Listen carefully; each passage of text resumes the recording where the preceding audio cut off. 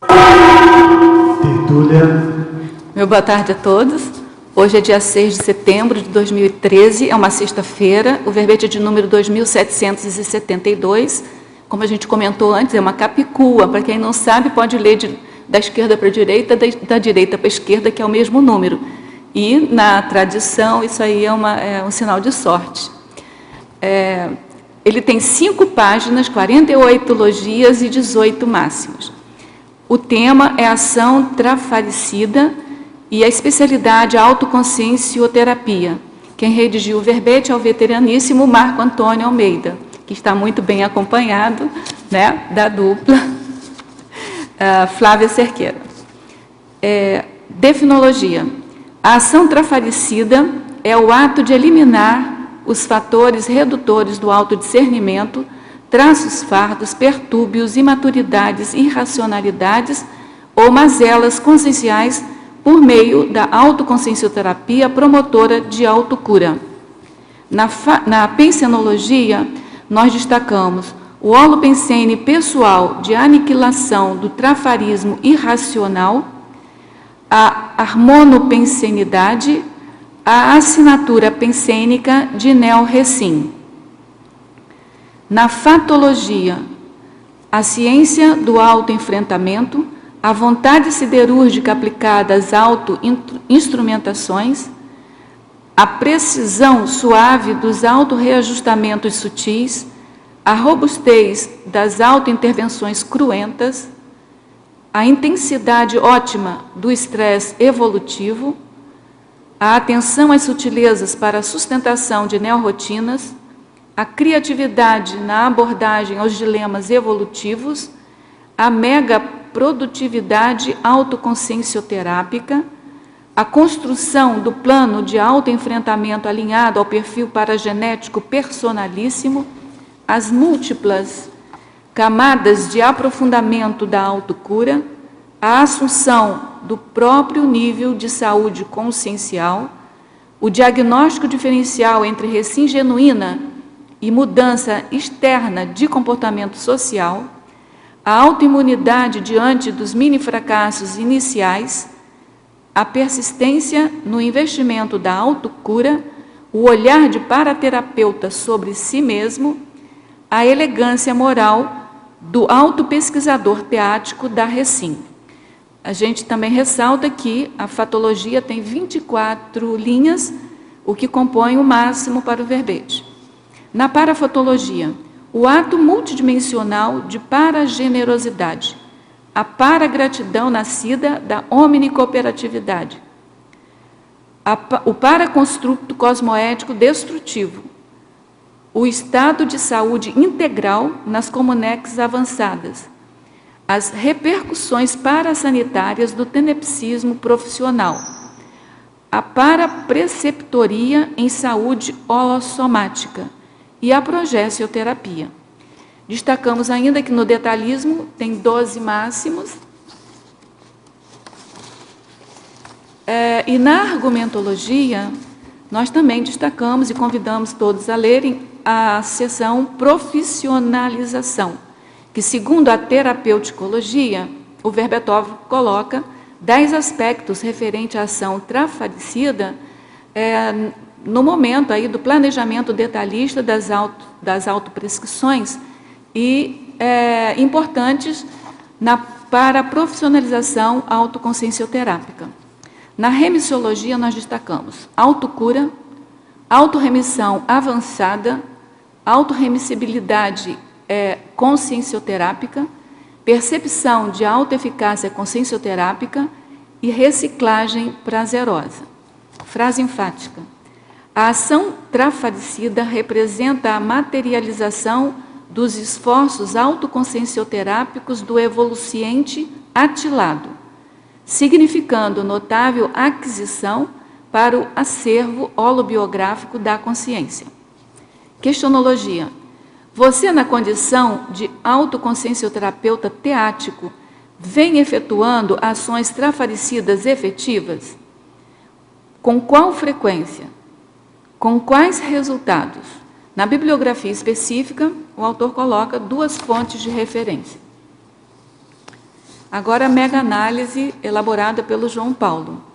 Autorreajuste, tratamento, neorrecim, extinção, saúde, superação, eliminação, anulação, autocorreção, autossuperação, autoprescrição, autorremissão, autoeficácia, autocura, conscienciometria, autoconsciencioterapia, autodiscernimentologia, autocosmoeticologia, homeostaticologia e holomaturologia.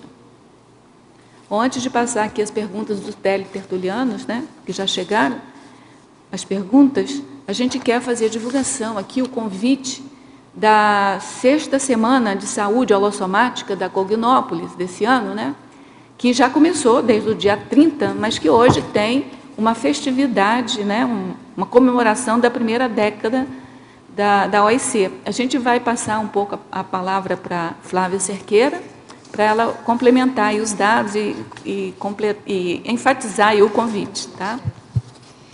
Então, como a Rosa falou, a gente gostaria de convidar a todos para participar hoje à noite, às 19h30, da comemoração da primeira década da OIC.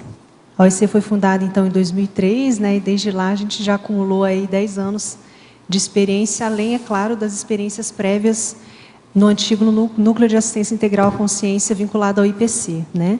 Então, esse é um momento bastante marcante, a gente gostaria de convidar a todos para participar junto conosco dessa festividade, né? Hoje às 19h30.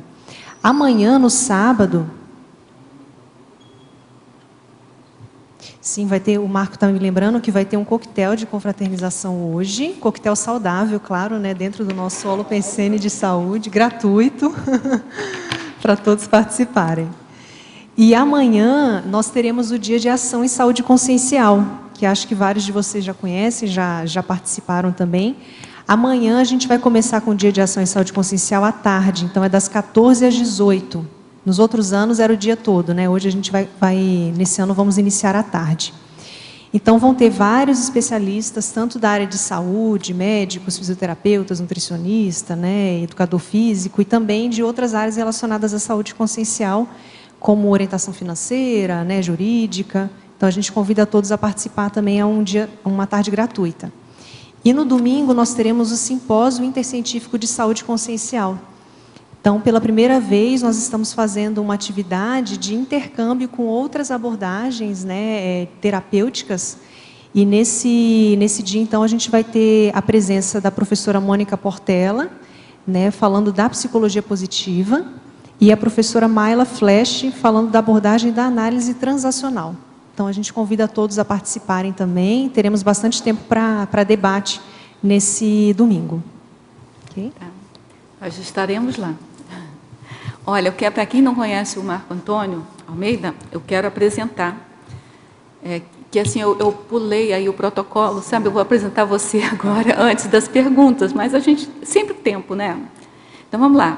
O Marco Antônio, ele é médico especialista em pneumologia, é brasileiro, natural do Rio de Janeiro, capital mesmo, voluntário da Conscienciologia desde janeiro de 2001, docente em Conscienciologia desde outubro de 2001, consciencioterapeuta desde junho de 2003 e tenepsista desde agosto de 2004. Agora, a primeira pergunta aqui do verbetógrafo, do tertuliano. Na coloquiologia, página 1, poderia nos explicar melhor a mudança de áreas conscienciais e a sua relação com a ação trafalicida? Sim. Essa interrelação, bom, boa tarde a todos, né? A todo mundo aqui que está assistindo, a todos vocês. Bom, essa questão da mudança de áreas conscienciais é para enfatizar o processo de reciclagem consciencial. Aqui na coloquiologia, a mudança de áreas significa mudança de áreas para melhor, né? A pessoa que está, né, naquela condição, né, muitas vezes saturada pelo próprio trafar, ou numa condição que ela vê que ela precisa reciclar, então essa mudança de áreas conscienciais é a oxigenação do holopensene pessoal. A pessoa vai oxigenar, vai mudar de patamar através das ações trafaricidas. É essa questão que a gente quis enfatizar nessa condição aí. Você tem aqui na terceira linha da pensenologia o remodelamento da patopensenidade. Seria isso Sim, também? é por aí. Na fatologia, mesma página, linha 2, como realizar a autodeliberação javalínica para a resolução definitiva dos autotrafares atravancadores. Atravancadores, né? Essa condição da autodeliberação javalínica, ela diz respeito ao primeiro e o principal poder da consciência, que é a vontade.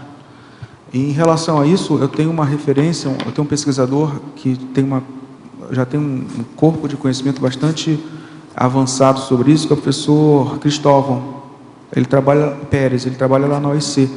Ele, inclusive, está para lançar um curso sobre essa questão da vontade, autoconsciência terápica, e ele realmente está se apropriando bastante em relação a esse tema da autodeliberação javalínica. Na verdade, assim, uma condição que eu gostaria de enfatizar aqui o tempo todo, quando a gente comentou da ação trafaricida, diz respeito a que nós nos apropriemos do nosso próprio padrão de saúde. O que acontece? Teve essa situação, esse tema, ele começou quando eu estava lá no consultório e me veio um encarte, uma propaganda assim, de antibiótico, né? E em relação ao antibiótico, tem alguns, em relação à questão de antibiótico da medicina, tem algumas ideias, alguns conceitos que diz respeito da quantidade de antibiótico que precisa para matar um germe. Aí eu estava lendo ali que interessante. E aí e foi me entregue aquele encarte, né, dizendo que é um conceito chamado MIC, né, uma coisa específica na medicina, concentração inibitória mínima.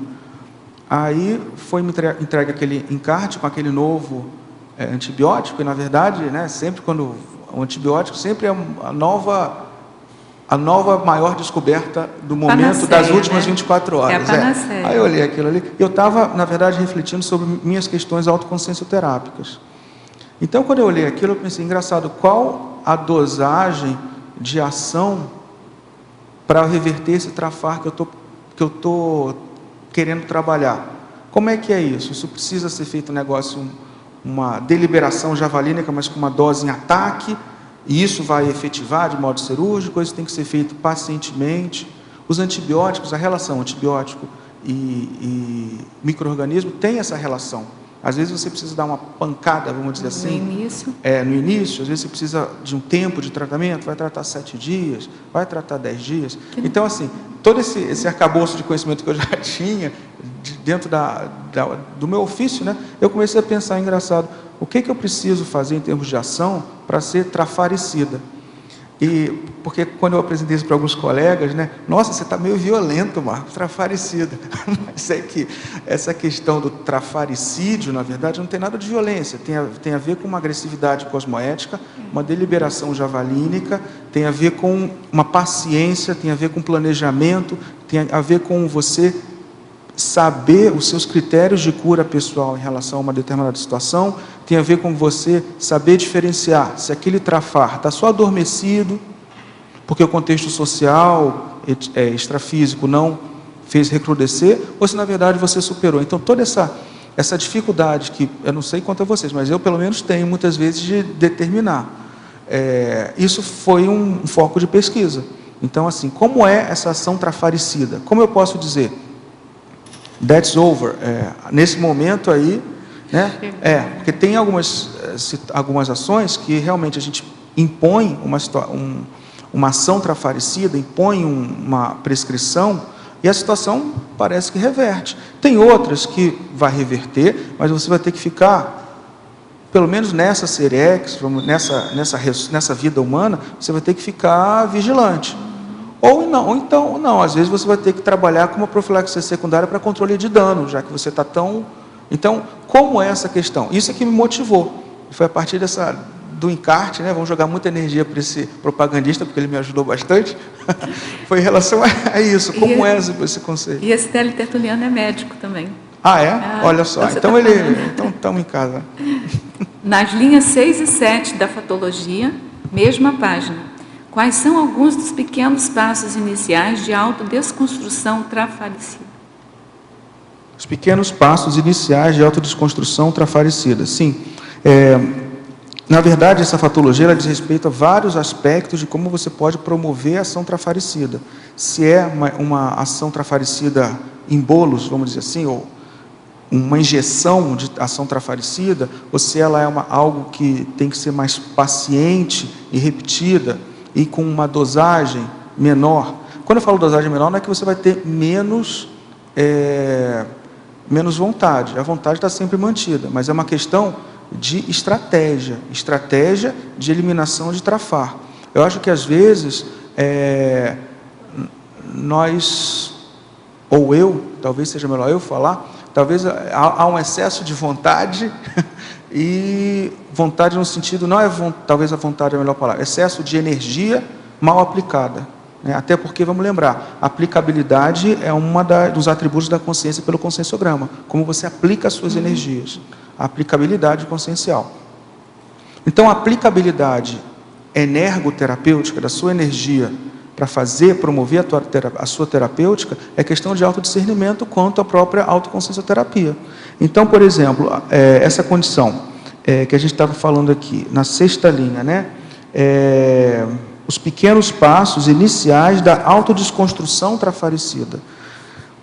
É perceber que consciencioterapia, autoconsciencioterapia, trabalha com autodesconstrução e autorreconstrução. Então, você vai pegar tanto aquilo que é anticosmoético, aquela mazela dentro de você, e, ao mesmo tempo, aquilo que é positivo para você construir.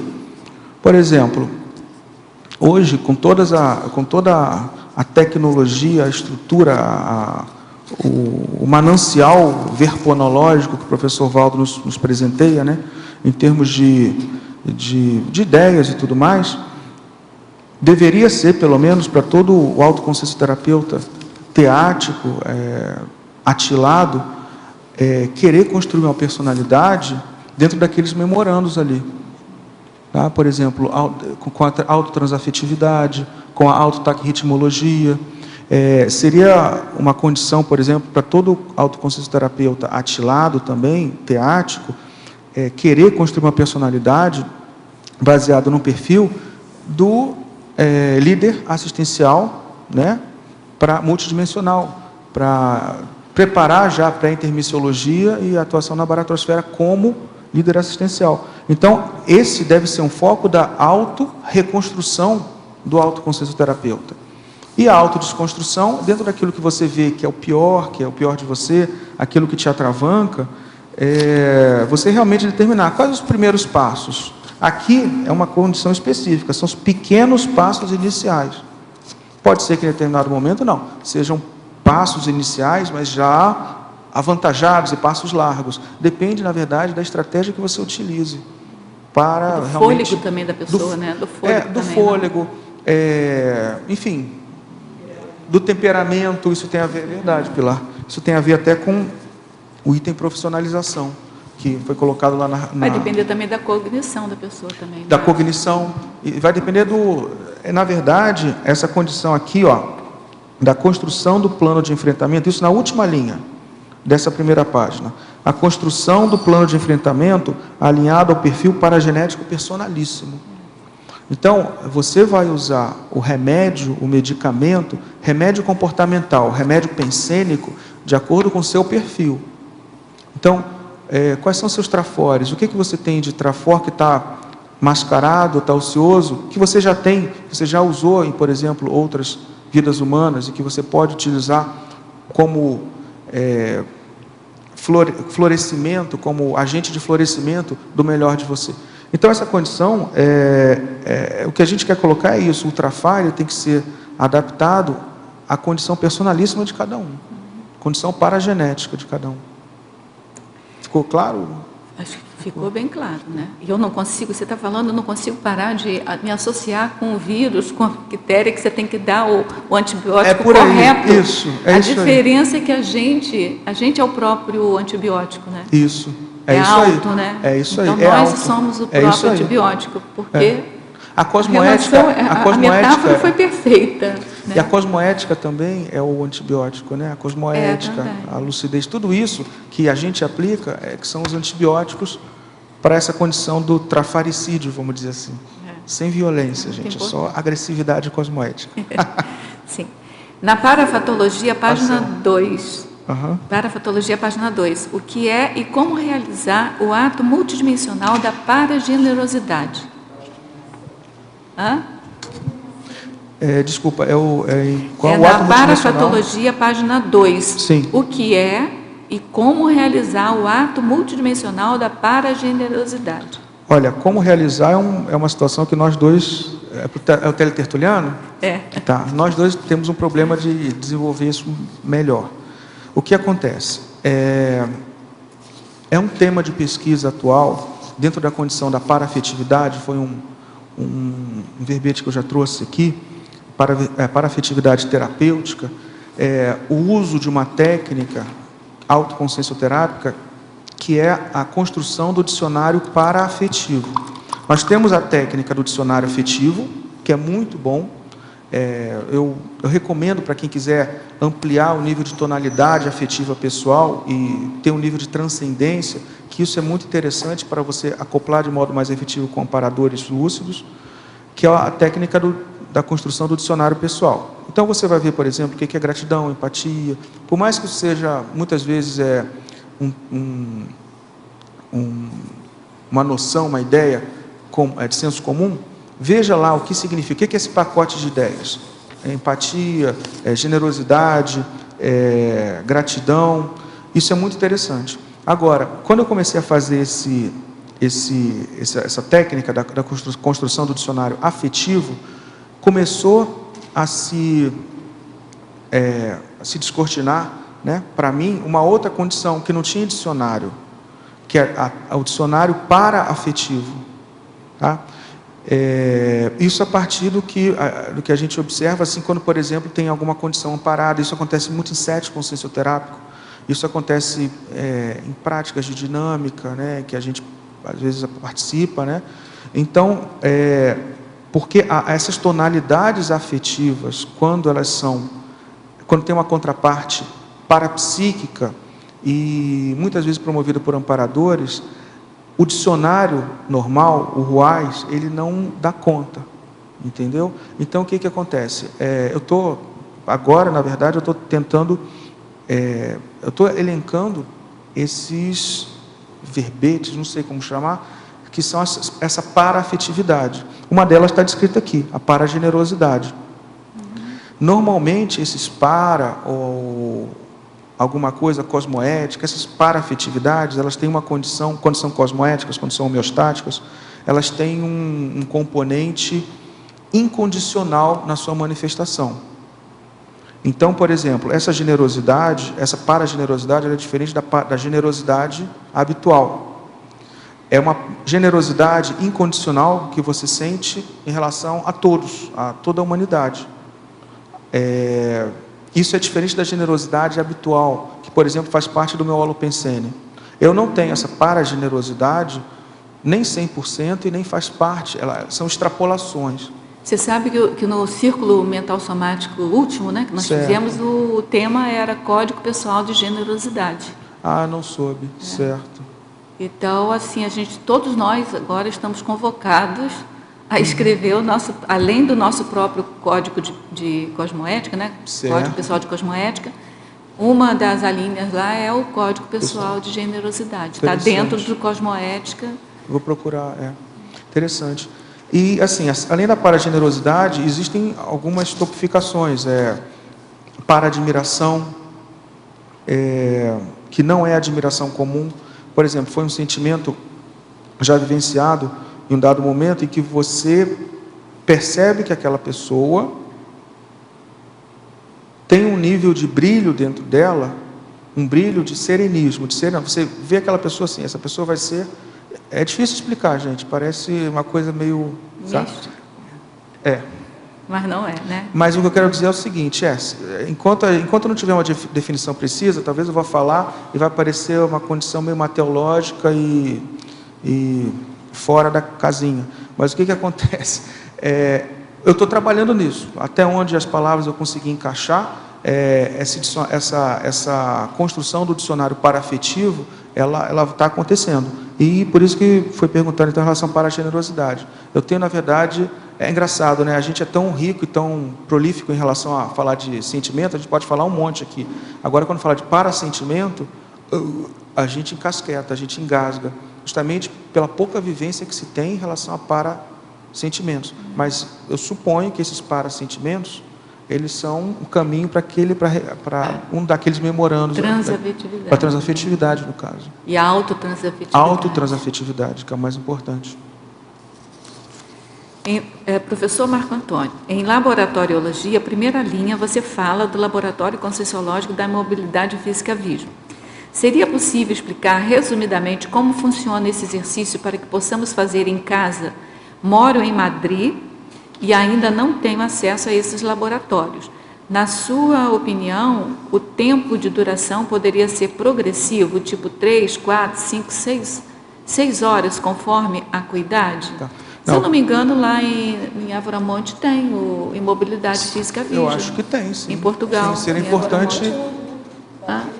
Não, sim, mas é mais perto do que Brasil, né? Então, se ela tiver uma possibilidade, né? Ela pode... Na verdade, qualquer um daqueles laboratórios, mesmo que não tenha de mobilidade física, a gente usa lá e faz a técnica. Na verdade, é uma técnica, está descrita no 700, será? Nos 700 experimentos? Hein? É isso, Pilar? Nos 700 experimentos, que diz respeito a pessoa permanecer durante 3 horas controlando a psicomotricidade, ou seja, a questão do cerebelo. Como ela vai fazer isso? Ficando absolutamente imóvel, né? Então ela vai ficar imóvel e nesse processo ela pode refletir, ela pode estar atenta às condições parapsíquicas. Na verdade, o trabalho, essa técnica, mobilidade física vígil, ela é muito autoconsciencioterápica. Porque você assenta a tua psicomotricidade, é como se você ficasse como consciência. Aí a pergunta, posso ficar 1, 2, 3 horas? Tem uma técnica que tenha o tempo descrito, são 3 horas. O que eu sugiro, claro, se você não conseguiu ficar as 3 horas, aí você começa de um jeito, começa lá 10 minutos, quanto tempo você quiser, inclusive sem piscar o olho, né? Isso é importante, mantendo fixo a questão do domínio ocular, porque a musculatura ocular é uma das mais inervadas no corpo humano, então é muito fácil a pessoa desviar o olhar, tá? E se você realmente desviou, você não fez a técnica, porque isso não é mobilidade. Agora, uma condição que eu acho que seria importante ressaltar em relação à técnica é o seguinte: você fazer a técnica, conseguir fazer a técnica é o início. Porque muitas vezes a gente se defronta, até no set consciencioterápico, com o evolucente, não, eu já fiz um monte de vezes. Não, piscar, eu pisquei, mas então você não fez. Não fez. E muitas vezes é tão difícil você realizar a técnica em si, começar a usar a técnica, que quando você consegue, você se dá por satisfeito. Mas não, a técnica é para ser utilizada várias vezes, para você dominar a psicomotricidade. Se você conseguiu chegar conseguiu fazer o estado a mobilidade física vígil, legal, dá para você permanecer fazendo, e aí, com o assentamento dessa psicomotricidade, o teu córtex cerebral, a região mais externa do teu cérebro, que é responsável por funções superiores, em termos de cognição, ela vai ficar amplificada.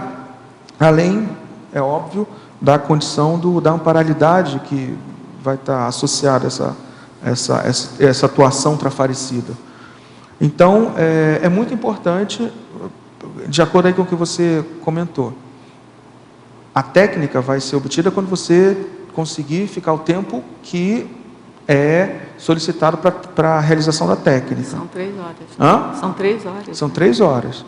A partir daí, se você conseguiu 1, 2, você ainda não fez a técnica, mas tudo bem, continua. A ação trafarecida também é assim, às vezes você não consegue fazer a ação, planeja para realizar a ação completamente. Eu ia só complementar que esse é um dos laboratórios que a gente pode fazer em casa.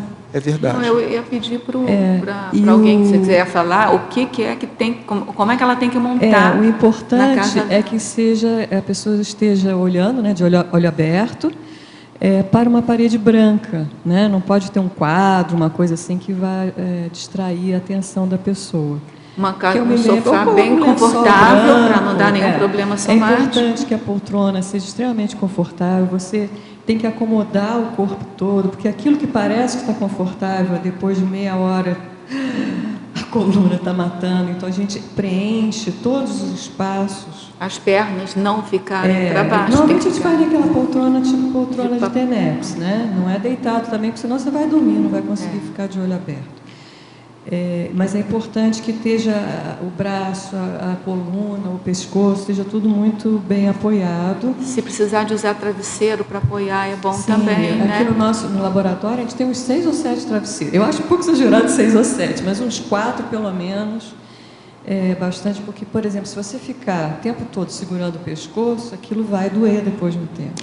Agora, também é interessante colocar um despertador para 3 Sim. horas, para a pessoa desligar com relação ao tempo, né? Isso é importante. Porque tem horas que parece que nunca vai acabar as 3 horas, tem horas que acaba rápido e você não vê. Então, você, para não ficar preocupado com o passar do tempo, coloca lá um despertador, que aí você sabe que em 3 horas vai... E uma coisa da minha experiência pessoal, não sei se o Marco tem a mesma experiência que eu, existe assim um tempo, eu brinco, eu digo que é a revolta das consciências, que parece que você não vai conseguir, eu não vou conseguir, eu não vou conseguir, eu não vou conseguir, eu não vou conseguir, eu não vou conseguir. Segura firme que você vai conseguir, elas vão embora e aí a coisa fica mais tranquila. Que é como se dá um desespero nas nossas companhias extrafísicas que estão querendo que a gente se movimente. Depois que você passa, é como se fosse um gargalo. Não sei se você já passou. Mas eu acho que por pode isso. ser o próprio soma também, né? Tem a Não, condição, tem uma parte tem a condição extrafísica, que é a séria. parte do soma também, porque o soma fica gritando, né? O soma grita também. o sistema nervoso autônomo fica lá gritando. Então você grita de um lado, os conscientes ficam gritando do outro. Daqui a pouco todo mundo se conscientiza que o negócio. E afinal de contas, se ele é autônomo, como é que você está mandando ele ficar quieto, né? E tem um detalhe também, essa questão do olho, né? Porque é o maior incômodo é manter esse olho. Eu procuro sempre uma posição, você tem que ficar olhando fixo para frente, né? Eu procuro uma posição em que o olho fique mais descansado, assim. Você vai ficar olhando para cima, porque aí aquilo vai ressecar, né? Então você fica com o olho mais entreaberto e olhando mais para baixo, eu acho mais fácil. Tá ótimo. Em pensenologia, página 1, terceira linha, gostaria que enfatizasse o Mater Pensene de saúde integral. Estou redigindo uma GESCOM com esse título, Saúde Consciencial Integral, um guia conscienciológico para a autocura real. Você pode falar? Posso? Bom, quando a gente fala de saúde integral, nós estamos falando da saúde, quer dizer, do equilíbrio dinâmico, né, que a consciência manifesta, levando não apenas o corpo físico ou a mente, né, o lado psicológico ou a mente. Quando nós falamos de saúde integral, a gente está falando desse equilíbrio que acontece do ponto de vista holossomático, ou seja, a saúde que a pessoa manifesta no corpo físico, a saúde que a pessoa manifesta no corpo energético, no corpo emocional e no paracorpo do discernimento mental soma, tá? No corpo das ideias. Ou seja, quando você vai se avaliar, peraí, como é que está meu perfil de saúde? O quanto eu tenho de saúde? É importante que seja avaliado tudo isso. Além disso, o ponto de vista multidimensional. Como está, por exemplo, o meu nível de companhias extrafísicas? E como é essa relação parasocial? Como eu me relaciono, por exemplo, com consciências extrafísicas que precisem de mais atenção do ponto de vista de assistência? Como está, por exemplo, a minha inter-relação com consciências que estão mais dispostas e são mais técnicas com assistência? Eu consigo bancar esse holopensene de saúde com esse nível de consciência? Uma outra condição, qual o meu nível de saúde, se a gente quiser ser mais, né, meu nível de saúde ao longo das vidas? Esse trafar, por exemplo, eu estou falando aqui, a gente está comentando da ação trafaricida. Há quantas vidas eu tenho determinado trafar? Há quantas vidas eu tenho determinada vaidade? Há quantas vidas eu tenho determinado egoísmo? Há quantas vidas eu tenho determinada dificuldade de aceitação de heterocrítica? a quantas vidas eu prefiro ser elogiado, ser assistido, ao invés de assistir. Então, essa noção do prontuário pessoal, do ponto de vista multidimensional, é muito importante. Tem até essa condição aqui, o prontuário. Olha, o acompanhamento, tem duas condições do prontuário. Tem uma condição que cita aqui o prontuário na fatologia e uma na parafatologia. Na antepenúltima linha da segunda página, o acompanhamento do prontuário autoconsciencioterápico pessoal. É importante a pessoa, para determinar o seu mater pensene, o seu nível, na verdade, de saúde consciencial, que ela pegue os indícios de saúde e de doença que ela mesma tenha e ela monte um prontuário. Tá? Isso já foi passado até uma vez, essa técnica, no curso do CPC, Código Pessoal de Cosmética. Eu passei essa condição, que é a técnica do prontuário consciencioterápico pessoal. Ou seja, ao invés de a gente chamar, e também no outro verbete eu coloquei o momento em que a pessoa transforma a agenda dela de descarregar frustrações e aborrecimentos, ela transforma isso no prontuário pessoal.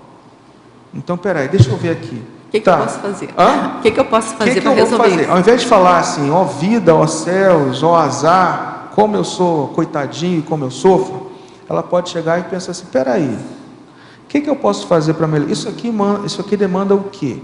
Demanda quiestismo, demanda isso, demanda aquilo, tá.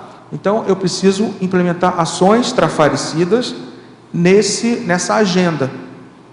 Então, isso você começa a transformar na tua agenda de aborrecimentos, e tudo mais, de catarses desnecessárias, muitas vezes, para uma condição de prontuário extrafísico, prontuário pessoal. Por que a gente fala isso? Porque, na verdade, lá no trabalho de consciencioterapia, nós temos conversado entre nós, assim, alguns pesquisadores, a gente percebe que existe um olhar, uma visão de terapeutas extrafísicos sobre a gente, com esse nível de acompanhamento como um prontuário extrafísico pessoal. É algo assim, essa noção, essa pessoa está assim, está assado, ela tem essa condição, mas estamos caminhando. Porque uma coisa que é importante perceber é o seguinte: consciencioterapia por natureza, pela essência,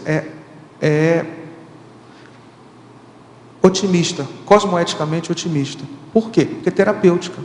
Não é trafarologia ou parapatologia pura, no sentido de não ter saúde, não ter saída, na verdade, não ter saída daquela condição pior.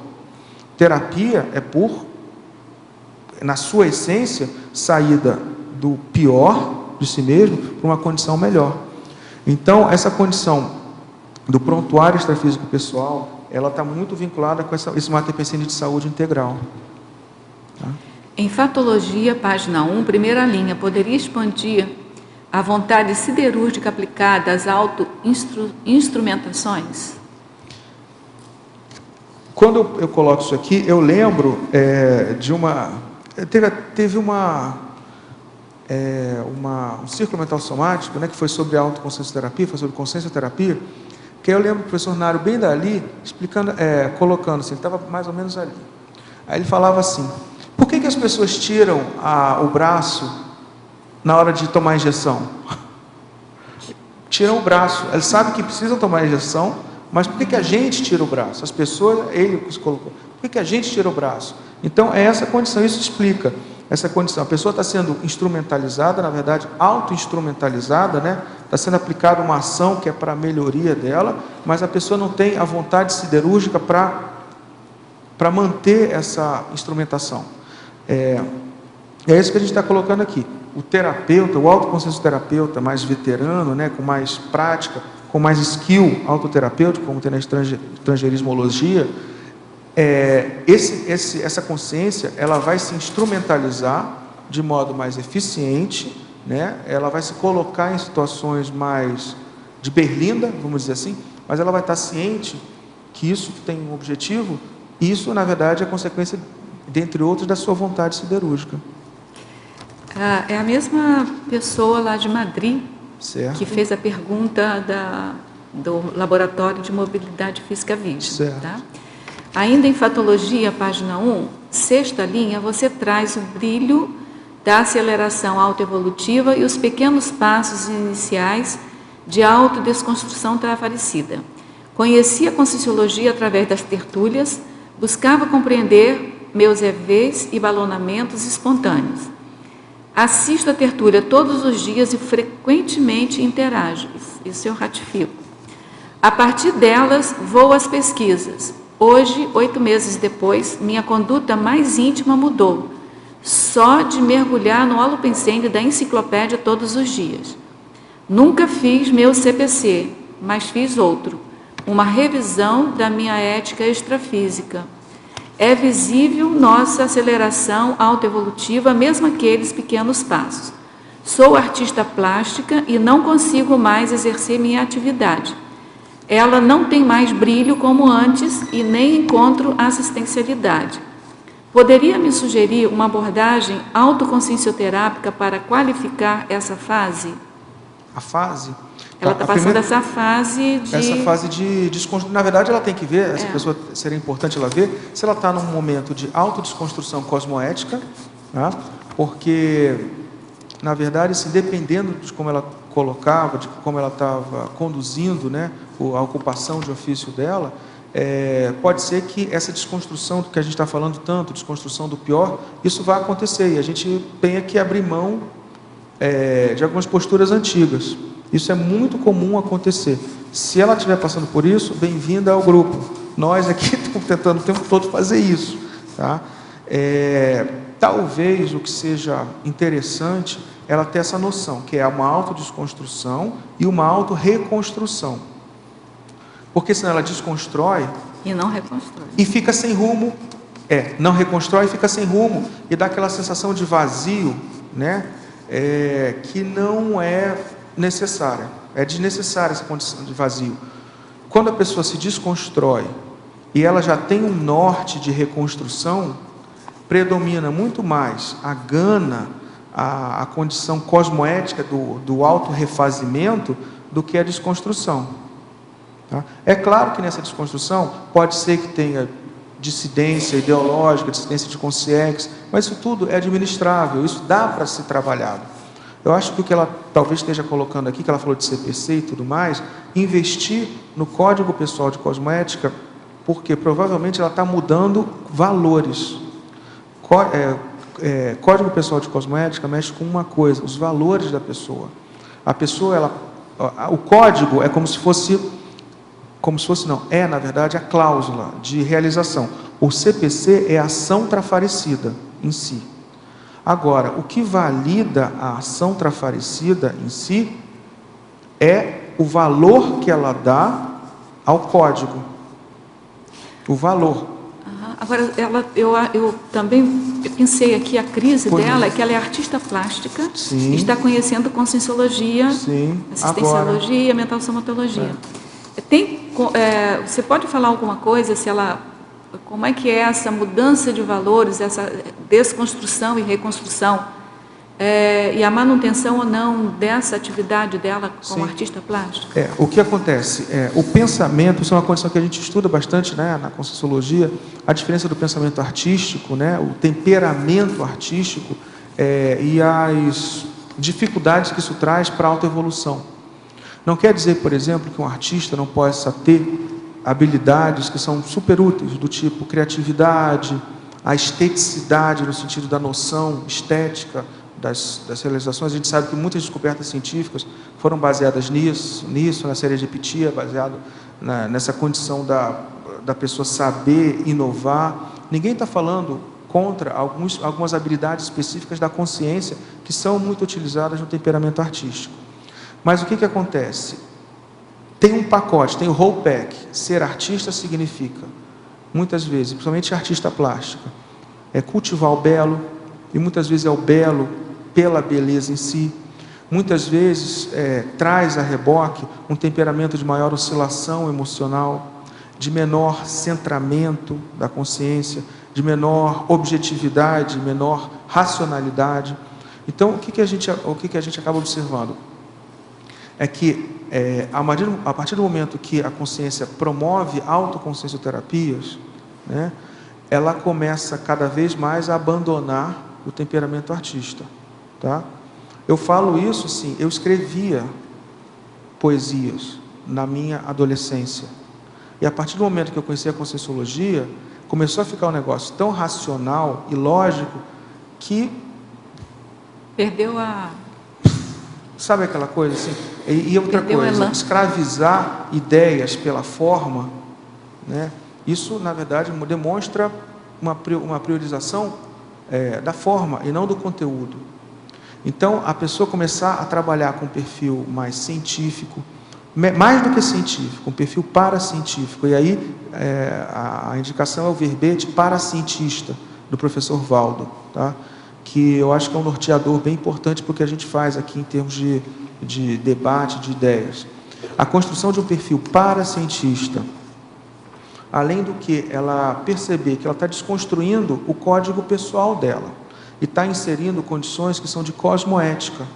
Nisso, ela vai passar por um gap natural, normal, que não precisa... É importante ela correr atrás, mas assim, não precisa se desestabilizar emocionalmente, porque isso pode dar uma sensação de estar sem chão. Uma ideia aqui que eu tenho é de ler os artigos do professor Everaldo Bergonzini, inclusive em relação à cosmoéticoterapia. Ele tem já um corpo de conhecimento muito sólido em relação ao Código Pessoal de Cosmoética, e normalmente, e hoje, além do professor Valdo, claro, ele é uma referência na CCCI, em relação a essa pesquisa relacionada à cosmoética. Ficou claro? Eu acho que ficou. É isso que... Você tem alguma Agora, uma coisa que me veio aqui para falar com ela, que os livros da Conscienciologia, os que ela não tem ainda, ela pode baixar gratuitamente do site da Editares. E esses artigos, eu não sei se o do Everaldo Bergonzini está na Consciência, mas os artigos da Consciência também estão disponíveis na internet para você baixar. Tá bom? No site da OIC também. Oi? No site da OIC também tem artigos dele sobre cosmoética. Então, tá bom. Em Megapensenologia, página 1, poderia explanar sobre o Megapensene trivocabular, Trafar, desafio autoconsciencioterápico. Essa é uma transformação, esse Megapensene, na verdade, é um desafio, a transformação de cada um de nós. Quando a gente fala de saúde integral, né, que é transformar o trafar em lixo para ser reciclado, né? Ao invés de ser o lixo que a gente engaveta, tranca a gaveta e faz de tudo para ninguém perguntar o que tem dentro daquela gaveta, né? A ideia é abrir, não colocar o trafar na gaveta e se colocar à disposição para promover o próprio movimento autoconsciencioterápico. A partir do momento que a pessoa ela começa a ter segurança no próprio processo de reciclagem, como gerenciador da própria reciclagem, ela pode começar a buscar, peraí, onde mais que eu vou melhorar? Onde mais que eu vou me aprimorar? Né? Essa condição ela é factível, por mais que sejam poucos exemplos que a gente veja, mas assim, quem já experimenta isso, vê que isso é uma condição interessante. A pessoa começa a ter um nível de autopacificação, isso quem dá é a própria autoconsciencioterapia, ela dá autopacificação, não estou dizendo que seja a única forma, mas estou dizendo a metodologia, né, de atuação da autoconsciencioterapia, ela dá uma autopacificação que faz a pessoa buscar, ela ficar com fome por mais, né? Ela ficar querendo mais, saber onde é que eu posso me aprimorar, onde é que eu posso me melhorar. Para isso, é importante que a pessoa una duas mentalidades que parecem iguais, mas são diferentes. A primeira mentalidade dentro dela é a mentalidade de autoconsciencioterapeuta, ou seja, ela vai se ver como paraterapeuta dela mesma, mas se ver, eu sou capaz de promover minha autoconsciencioterapia, eu sou capaz de promover ações trafaricidas. Isso tem a ver com o verbete percepção de autoeficácia, que já foi apresentado aqui. Então, a pessoa se vê como autoconsciencioterapeuta. Espera, isso eu posso melhorar. Ela não tem a síndrome da pré-derrota, não tem essa condição de ficar, se sentindo menor do que o trafar.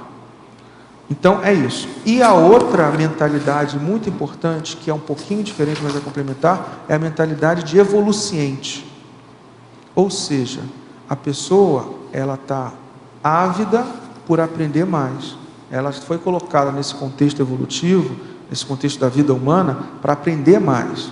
Então, para aprender sobre as situações. Vamos lembrar que a autoconsciencioterapia, a consciencioterapia e a autoconsciencioterapia são subcampos da experimentologia. Então, a pessoa se submete a experimentos evolutivos, aprende aquilo, seja pelo reforço do que ela já tem de conhecimento, né, de habilidade, ou seja por uma constatação da necessidade de um aprendizado. Então, ela fica ávida por passar por essa condição de evoluciente. Então, a pessoa tendo a mentalidade de que precisa reciclar e que sabe como reciclar, ou seja, evoluciente e autoconsciencioterapeuta. Ela precisa e sabe como fazer. Tendo essas duas mentalidades, ela consegue se instigar para encarar o trafar como um desafio autoconsciencioterápico. Por exemplo, um dado parasemiológico de que a pessoa não está vivenciando isso. Quando ela diz, putz, de novo isso. Quando a pessoa mostra impaciência quanto à própria condição do trafar pessoal. Pô, de novo. E a pessoa mostra uma certa irritabilidade. Então, isso quer dizer que ela precisa só de mais antibiótico. Pode ser mais tempo, pode ser com pode precisar de trocar de antibiótico. Pode trocar de antibiótico. Mas é isso, né? Já pensou o médico? Não deu certo. Não, ficou viciado. Estou sofrendo. Ficou viciado com o antibiótico anterior. Viciado, aí tem que trocar de antibiótico. Então, não se espera do médico, né? Quando está lá, do fisioterapeuta, quando você está com dor nas costas, vai na fisioterapeuta. Você não melhorou? Pô, que saco. Não se espera isso de um profissional. Então, tenhamos também essa postura profissional em relação às nossas próprias mazelas. Espera aí. Então, precisa de um reajustamento. É isso que precisa ser feito. Essa condição é uma condição mais lúcida e racional. Então, Marcos, por favor, na primeira página, na fatologia, né, no começo da quarta linha, tá? A atenção às sutilezas para a sustentação de neorrotina. Você pode desenvolver principalmente as sutilezas? Sim. Partindo do pressuposto que traçamos eu tracei, por exemplo, minha ação trafaricida, minha prescrição, tá? Essa prescrição passa por rotinas que eu não tinha anteriormente, certo? Então, dentro dessa condição das rotinas novas, das neorrotinas, muitas vezes isso pode ser sim, e fazer parte do pacote, isso pode ser algo que necessite da minha vigilância contínua. Novas sinapses exigem mais atenção, enquanto aquilo não está medular, mas como segunda natureza, talvez seja o termo melhor. Então, o que acontece? Dentro de uma situação de neorrotina, uma ação trafaricida, que signifique uma neorrotina, eu vou ter que estar muito atento para as sutilezas que fazem com que, por exemplo, mine a minha sustentabilidade nessa nova rotina. Uma vez que ela é uma rotina nova, é algo que eu ainda não tenho um skill, uma habilidade muito grande, né? E isso vai precisar da minha atenção continuada para eu manter. Certo? Certo. Então, essas são as sutilezas. Então, aí entra mais uma vez aquela noção do prontuário pessoal, prontuário consciencioterápico pessoal. Não só em relação àquilo que eu preciso iniciar como novos trafares a serem abordados, mas também o prontuário pessoal, no sentido de eu manter o meu monitoramento e minha vigilância em relação aos meus trafares. Quando você dá antibiótico, você não tem que ver se está com febre, para ver se está melhorando, não é assim? Você toma um antibiótico, você está lá querendo combater a infecção. Você vai ver se teu estado geral está melhorando, bota o termômetro debaixo do braço para ver se já não tem mais febre, você vê se teu apetite está melhorando, não é assim? Então é a mesma coisa. Estou estabelecendo uma neorrotina, então eu vou começar a fazer atividade física. Eu tenho que ficar muito atento para hoje não, amanhã eu começo. Ou amanhã eu continuo. Ou então, não, hoje está chovendo, hoje está 10 graus, é melhor não ir porque o ar frio pode. Não, hoje está 15 graus, também está muito. Não, hoje está 20, mas a umidade está 43. Então esses boicotes, essas sabotagens, a gente tem que ficar muito atento a essas sutilezas no estabelecimento das neorrotinas, porque elas que fazem no final que a gente não tem autocura. Principalmente as sabotagens, né? É por aí. São sutis. Então, muito São sutis. obrigada. Hein? Só complementando um pouco, é importante criar o hábito, né? Se a pessoa não criar o hábito, a rotina não se estabelece. Então, é isso aí. Enquanto ela não cria o hábito, a rotina não se estabelece, ela pode falhar em manter essa rotina. E é interessante ter aqueles prazeres relacionados ao hábito também, né? Você estabelecer, ó, qual é a minha recompensa, muitas vezes, em cima disso, a saúde, a melhoria, etc., para que ele possa, aos poucos, estabelecer essa rotina como um hábito no dia a dia, né? Legal, eu também acho. E interessante, isso é uma das condições da reciclagem prazerosa, né? A reciclagem é para você estar vendo aquilo que você está construindo, e não aquilo que você está perdendo, desconstruindo, né? Concordo também, Adélio, também acho. Marco, aqui na página 1. Pois não. Na segunda linha, você colocou, aquele bem finalzinho, a precisão suave dos auto-reajustamentos sutis. Esse aqui eu até entendi. Na sequência, a robustez das auto-intervenções cruentas. Você podia explicar isso aí? Sim, na verdade, isso aqui é uma oposição, né? Tem uma relação de antagonismo, uma condição com... Eu gostei desse confronto aí. Às vezes, a gente precisa fazer reajustamentos sutis. Então, eu vou falar, então, da oposição, tá bom? Pode ser? Muitas vezes, nesse processo de acompanhamento, ou quando você está se avaliando, você vê que precisa de um reajustamento, muitas vezes ele precisa ser sutil, para você não perder. É um reajustamento que está 90% bom. Então você precisa desviar o ângulo sutilmente, a rota sutilmente, porque senão você perde, você até quer ganhar 10% que estão faltando, mas você desvia tanto da rota que você perde os 90%. Então tem reajustamentos que são... Outro dia eu estava comentando com uma pesquisadora lá da OEC, em relação, por exemplo, à condição do... Ela estava dizendo, eu acho que eu tenho um perfil meio crítico e pessimista. Aí eu comentei com ela, eu falei, olha, eu acho que é uma questão de reajustamento, porque você é muito, não é astuta, é muito atilada, tem uma argúcia positiva, tem uma agudeza de espírito muito grande. Então, você é uma pessoa que faz assistência, a gente vê aí que faz assistência. Então, não é uma pessoa com má intenção crassa, de jeito nenhum. Se você fizer um reajustamento... Tem que ser suave. Suave. Você vai pegar esse atilamento, essa agudeza de espírito e o que ela vai colocar? Ela vai reajustar com a cosmoética, com o aprimoramento cosmoético, né, para mudar. Ela não vai perder os 90%, que já é uma conquista. A pessoa percebe, entende o que está acontecendo. Então não perca isso. Então esse é um reajustamento sutil. Agora, por outro lado, tem outros momentos em que a pessoa precisa, na verdade, de uma autointervenção, que é cruenta, é grande, sangra, é cirúrgica. Cruenta, porque cruenta na verdade, é sinônimo de cirúrgico, né? Então foi até uma estratégia para não botar tanto cirúrgico aqui. Uma condição invasiva. A pessoa precisa realmente de auto-reajustamentos que são magros. Magros talvez não seja a melhor palavra, mas são maxi, são maiores, são grandes. Então, essa noção, por exemplo, eu preciso agora mudar de rota, ou eu preciso reajustar. Isso é muito importante para o autoconsciencioterapeuta, para a ação trafaricida.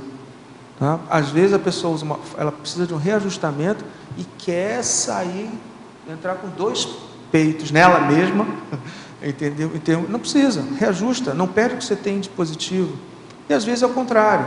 Não, olha só, tá muito suave, vamos lá. E, sabe, essa noção é importante a gente ter em relação a gente mesmo. Aqui na página 2, também patologia, né? E no finalzinho você coloca a elegância moral do autopesquisador teático da Recim. Ficou bem elegante a frase. Eu quero saber o que significa elegância moral. Elegância moral. Elegância moral está no livro do professor Valdo. Foi um termo que eu nunca esqueci. Daqui a pouco eu vou lembrar. Tá. É um livro que Conduta Espírita, se não me engano, né? Que a gente usou na consciencioterapia, que diz respeito à questão como fazer um atendimento, desobsessão, essas condições. Eu acho que não, acho que é Conduta Espírita. Não, o Adélio está dando uma olhada aqui. Então, é o seguinte, aquela pessoa que ela tem a conduta moral dela, ela fica aprimorada, ela fica harmônica e elegante.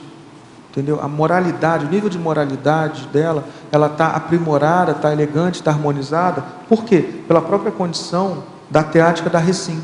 Isso dá um nível de pacificação íntima. A autoconsciencioterapia, pessoal, não é para a pessoa se depreciar. Isso não é autoconsciencioterapia, isso é outro nome, isso é o que vocês quiserem chamar. A autoconsciencioterapia é para dar elegância moral para a pessoa e para dar uma autopacificação segura dela com ela mesma. Então ela vai começar a entender, ela vai começar a ficar com um nível de satisfação íntima, ela vai ficar mais generosa, ela vai ficar mais ávida por fazer assistência. Então tem todo esse processo. Ficou mais claro? Vou perguntar mais uma coisinha para ti. Aqui na página 3, Interacciologia, você coloca a interação do automedicamento evolutivo. Você pode expandir mais? Esse automedicamento evolutivo é tudo isso que a gente está comentando, assim, a interação do automedicamento evolutivo. Ou seja, aquilo que eu faço em termos de ação, o automedicamento eu chamo dessa ação, a ação que eu promovo. Como ela interage comigo mesmo, comigo mesmo, né? Eu quero, esse automedicamento está me dando pacificação, está me dando força moral, está me dando força presencial, está aumentando o meu parapsiquismo pelo chancelamento dos amparadores, eles estão me dando um banho de loja, está aumentando a confiança dos amparadores em relação a mim. Então, essa interação, eu queria nesse verbete comentar isso, da gente se medicar através da cosmoética, entendeu? E isso dá um nível de pacificação.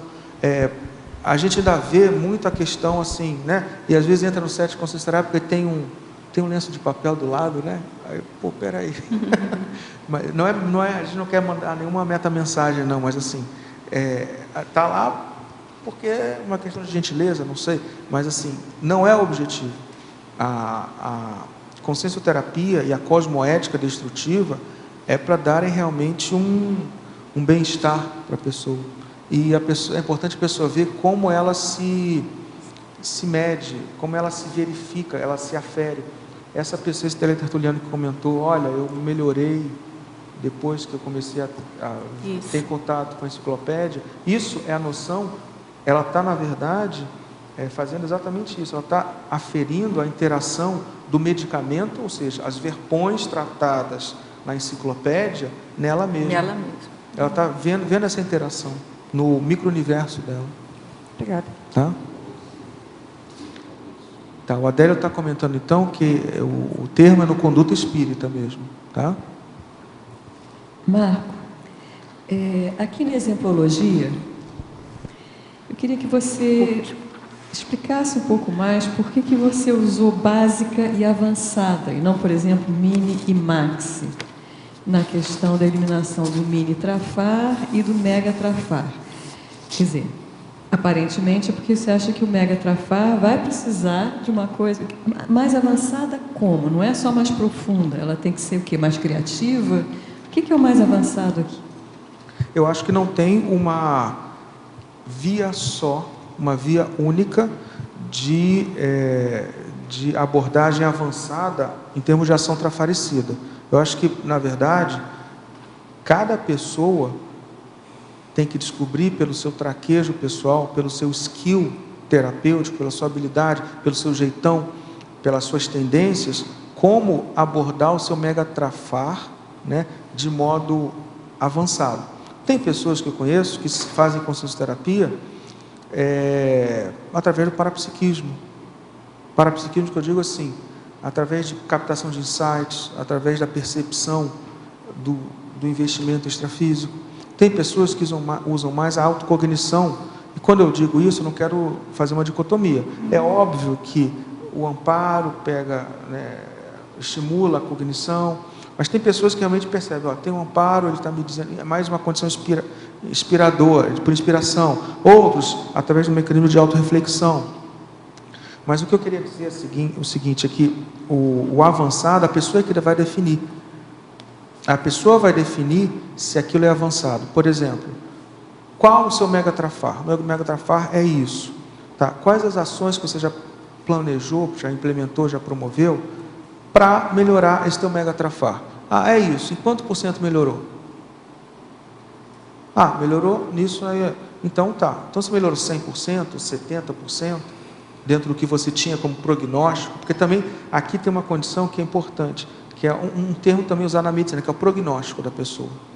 Prognóstico é aquela perspectiva terapêutica, perspectiva de evolução, do ponto de vista de terapêutica de alguém. Então, por exemplo, essa pessoa tem um prognóstico ruim, vamos dizer assim. Ruim é um jargão médico, mas no sentido de que a pessoa pode dessomar, pode orbitar e tudo mais. Essa pessoa tem um bom prognóstico, ela vai se curar. Então, o avançado e o básico vai depender muito do prognóstico. Existem megatrafares que talvez a pessoa tenha que, pelo menos eu parto da hipótese do meu megatrafar, que eu vou e estou trabalhando com ações trafaricidas, e esse megatrafar vai ficar sob vigilância estrita, pelo menos até a dessoma vai ficar. Então, eu não trabalho com megatrafar, pelo menos comigo, com a hipótese de uma ação trafaricida absoluta. Não, é uma ação trafaricida a longo prazo, com profilaxia secundária. Porque profilaxia secundária também é um termo que é o seguinte, um termo dentro da área de saúde, né? Hã? É para e passa? Não. Profilaxia secundária? É para e passa, ao mesmo tempo que você vai fazendo ao mesmo você vai ficando tempo, isso. vigilante. Você faz a ação e você fica para e passo, mas vigiando para que ele não recrudesça, para que não tenha uma nova recaída. Então, é como eu lido com o meu megatrafar e meus principais trafares. Agora, cada um tem que ver o seu caso. Agora, para uma pessoa que tem um megatrafar, né, que ela vai começar a fazer essa ação avançada, o prognóstico é que se transforme, o prognóstico otimista é que se transforme no mini trafar, o prognóstico é que elimine totalmente, o que é em geral... Eu não sei, eu acho que tem que ver cada caso, né? Eu acho que não dá para generalizar, não. Eu acho que tem que ver cada caso. Primeira coisa, a pessoa está lúcida do que é o megatrafar dela mesmo, é isso mesmo. Às vezes ela está abordando e é um trafar que está muito aparente, mas não é um megatrafar. Entendeu? Eu falo megatrafar mesmo, aquele que a pessoa está várias vidas, já ganhou muito, entre aspas, né? Muito pseudo-ganho, multisserial em relação a essa condição, aquilo está vincado, aquilo aparece no temperamento como quando criança. Isso você já começava a ver, olha, essa pessoa é assim, essa consciência tem esse traço, essa tendência. É isso que eu falo de megatrafar, aquela coisa evidente. Agora, eu não sei, eu teria que pensar um pouco mais se dá para generalizar. Eu posso falar em relação ao meu caso. O meu caso é isso, é terapêutica e vigilância, tudo ao mesmo tempo. Terapêutica e profilaxia secundária. Isso daí é algo que... E olhar os erros do outro para me inspirar. O problema do megatrafar é que até você introjetar a postura oposta leva um tempo, por isso que precisa da vigilância. Qual a postura oposta? Quer dizer, sem o trafar, né? A pessoa que tem o megatrafar, ela vai colocar lá o código pessoal de cosmoética dela, com uma série de neoposturas. Sim. Até ela introjetar essas posturas, tem que ser na base da vigilância mesmo, né? Porque senão pode escorregar, não é isso? Tem. Agora sim, vamos lá, ela coloca o código pessoal de cosmoética. O que faz aqueles princípios, né, ou aquelas ideias, vou fazer isso, vou fazer aquilo. O que faz com que aquilo vire algo que a pessoa realmente pratique? Mais uma vez, é o valor. A pessoa dá valor, o valor é o que cimenta aquela ação.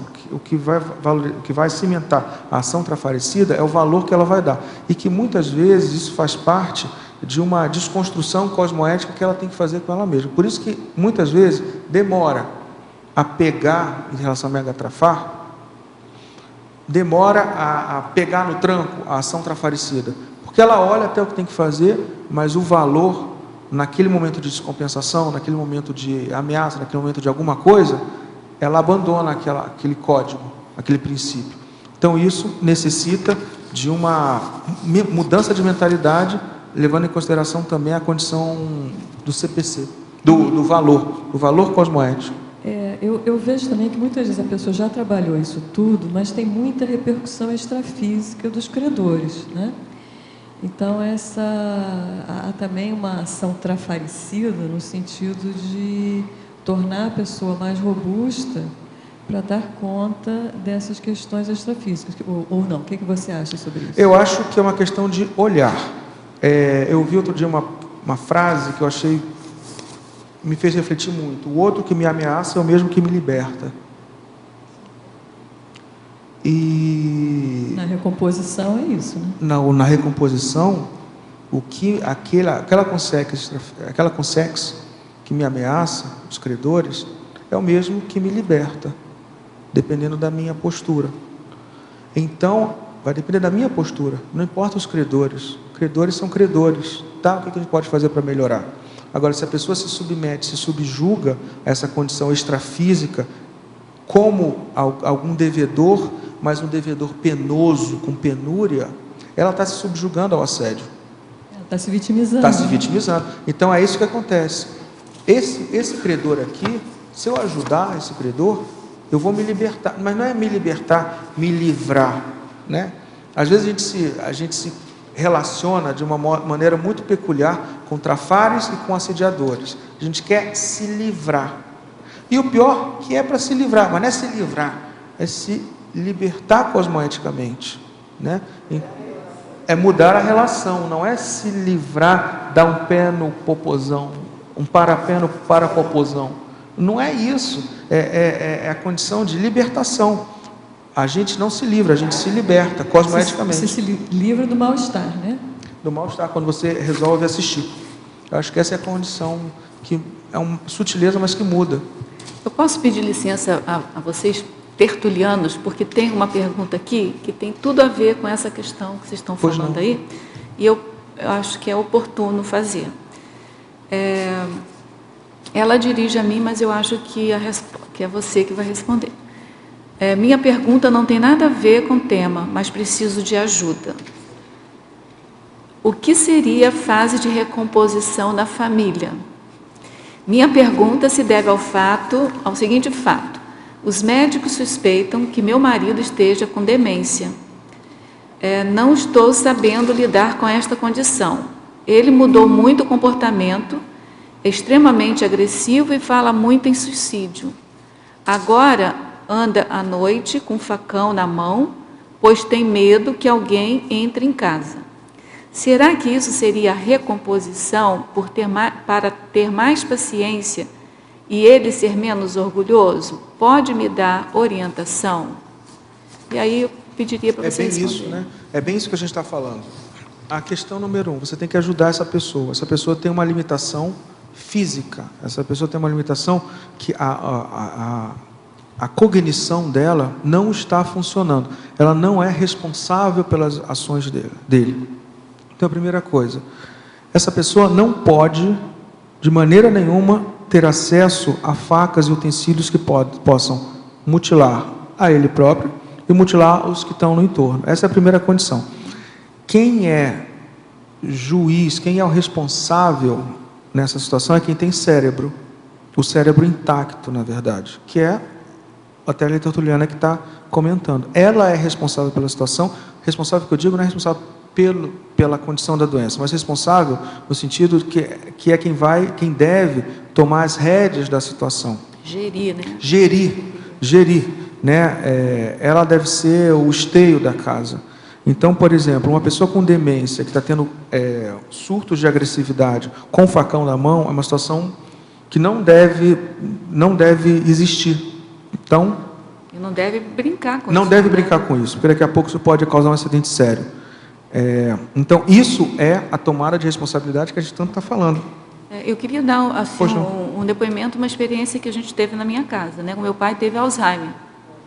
E ele teve essas fases agressivas. E assim, a família inteira, se não tiver um acompanhamento né? E, inclusive tem a Associação dos Acompanhadores do Alzheimer, né? Eu não sei nem o nome direito, mas a gente ia à reunião semanal para poder a gente entender o processo todo e saber lidar com a situação e ter apoio emocional para a gente também. E ele passava por essas fases, né? Ele arranjou um revólver que nunca tinha sido usado, estava enferrujado e resgatou aquilo que ninguém sabe como, tá certo? E a gente tinha muita preocupação com ele. E com relação a ser recomposição, acho que tudo sempre é recomposição, né? Mas no caso delas, eu não sei qual é a gravidade da doença dele, o importante é ela conseguir também um acompanhamento para ela, porque as pessoas da família realmente adoecem. Isso. Certo? Então, olha, é isso mesmo. Então, partindo desse princípio, procurar acompanhamento, né, multidisciplinar, acompanhamento especializado por equipe de saúde, né, uma equipe médicos e psicólogos, né, para que ela tenha o suporte necessário. Não é uma situação fácil. Ela e os filhos, se tiver Ela e os filhos, filhos. tá? Porque nós éramos filhos, netos, todos nós fomos, assim, os mais chegados. Entendeu? Certo. A recomposição, quem faz é você. A recomposição não é um contexto externo. Também é um contexto externo, mas a recomposição, ela começa intraconsciencialmente, com você percebendo que você vai ajudar essa consciência e os demais. Então, isso é a fase de recomposição. Se você quiser, existe a técnica do arco voltaico, que é muito útil, né, para ajudar no desassédio e apaziguar toda a situação.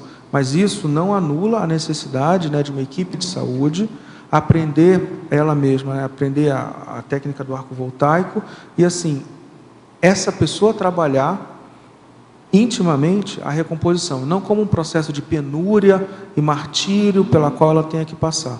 Não é isso. Agora, pode colocar o nome dele também numa TENEPS também, porque Sim. essa situação dessa amência aí chama muito assédio também, né? Vamos passar. Lá na OIC, nós temos, então, um canal institucional para passar. Isso. teneps@oic.org.br. Você vai precisar enviar, então, um e-mail, né, com o nome da pessoa, que vai estar submetida à tarefa energética pessoal, que é um processo extrafísico, um processo de consciências intrafísicas que promove uma assistência, né, à distância e, enfim, com esse contexto, com esse perfil que a gente está comentando, você coloca o nome, o endereço e o motivo do pedido, tá? Então você envia, e a idade, desculpa. Você envia para teneps@oic.org.br. E tem vários tenepsistas também na CCCI que podem ajudar, se for o caso. Marco, na página 1, na quarta linha, de baixo para cima, você fala o cultivo dos momentos silenciosos de automagnanimidade. Você poderia falar sobre isso dentro da ação trafaricida? É na página 1, na primeira página, é na patologia. O cultivo dos momentos silenciosos de automagnanimidade, né? Essa é aquela condição. A automagnanimidade diz respeito ao serenismo, né? A condição em que você belisca, morde o holopensene, né, do serenismo, né? E diz respeito a você começar a cultivar esse padrão silencioso, sem precisar falar nada, sem precisar mostrar nada, você na sua, tranquilo, você cultivando esse momento de autopacificação baseado no serenismo, numa condição de serenidade pessoal. Isso acontece muitas vezes quando você, por exemplo, tem a vitória sobre você mesmo, né, em relação à ação trafaricida sobre seus trafares, sobre suas mazelas. Isso dá pelo menos isso acontece, isso me favorece. Isso dá uma sensação de que, peraí, entendi como é que é a questão evolutiva. São pequenos momentos de, é assim, manter assim, entendeu? Então, é esse processo quando você recebe os louros de ter vencido você mesmo, te dá um nível de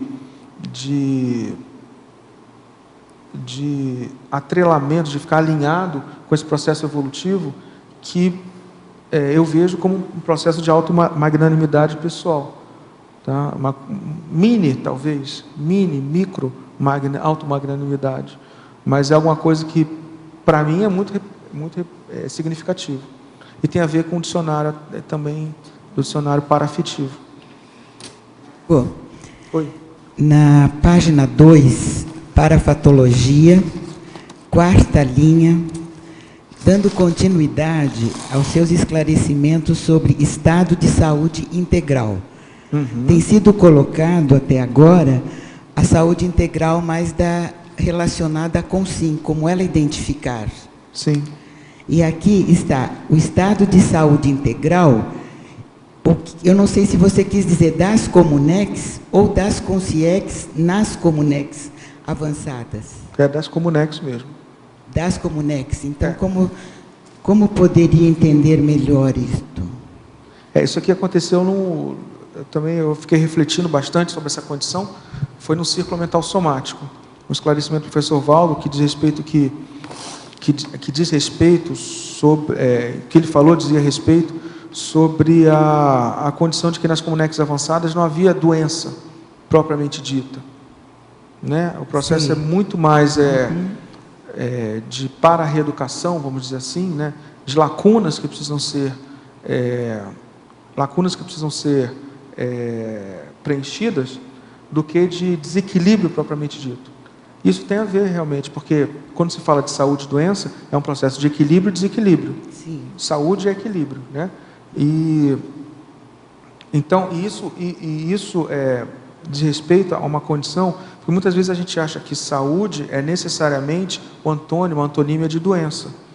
Só que o que acontece? Existe e nem sempre isso acontece. São dois eixos que correm em paralelo. Tá?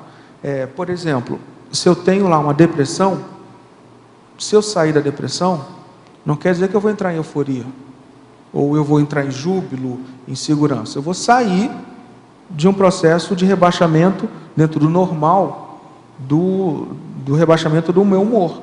Mas não quer dizer que eu vou atingir patamar superior, né? A eutimia, que é o que o professor Valdo coloca, né? A eutimia, a presença do humor assim saudável. Então, assim, são duas condições que correm em paralelo. Quando se fala de Comunex avançada, a questão de doença já não existe, não é... É um equilíbrio, né? Está tudo equilibrado. Então, saúde é uma condição básica, um pré-requisito básico para estar na Comunex avançada. A gente fala em níveis de saúde, mas ter saúde já é algo... É incabível falar de doenças ou patologias ou parapatologias quando se fala de Comunex avançada. É mais por conta disso. E aqui não é a saúde, é o estado de saúde. É o estado de saúde. É como se fosse um holopensene. Aquele padrão. É o holopensene, exatamente. É o padrão de saúde das Comunex. Das Comunex. É isso aí. Microfone, por favor, senão a gente não te escuta.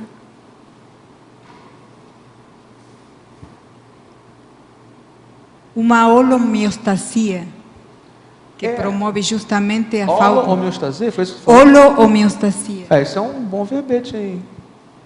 Eu nunca tinha ouvido falar nisso, mas vai lá, manda ver. Não, holomeostasia, né?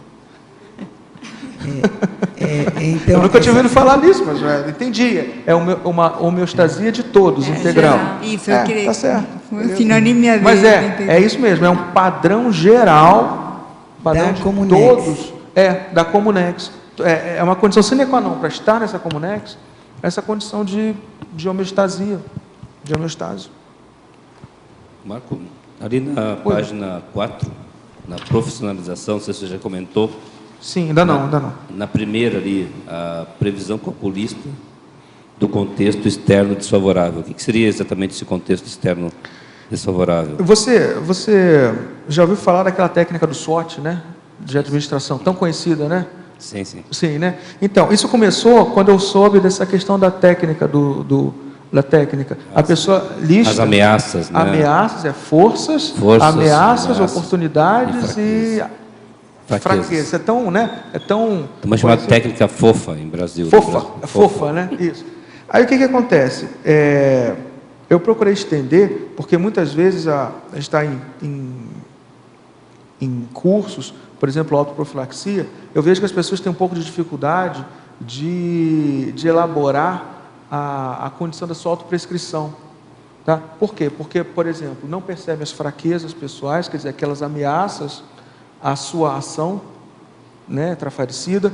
As pessoas não podem ter a dificuldade de não perceberem as suas fortalezas e aquilo que vai embasar.